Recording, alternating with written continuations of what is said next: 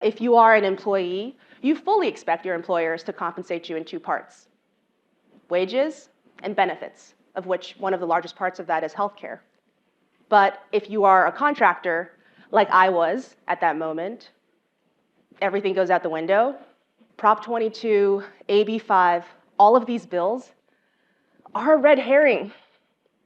Let's solve the real problem here. Let's decouple healthcare benefits from employers. You want to do right by your workers, but you also want to maximize profit. It's a conflict that anyone operating a business that uses contractors will have to face until we decouple healthcare from employers. Because doing so will not only increase job mobility and reduce the burden on businesses to think about this, but ultimately it'll spur innovation in America. Right now, if you have a really great idea, the reason you're not pursuing it should not be because you're afraid you're going to lose your health insurance.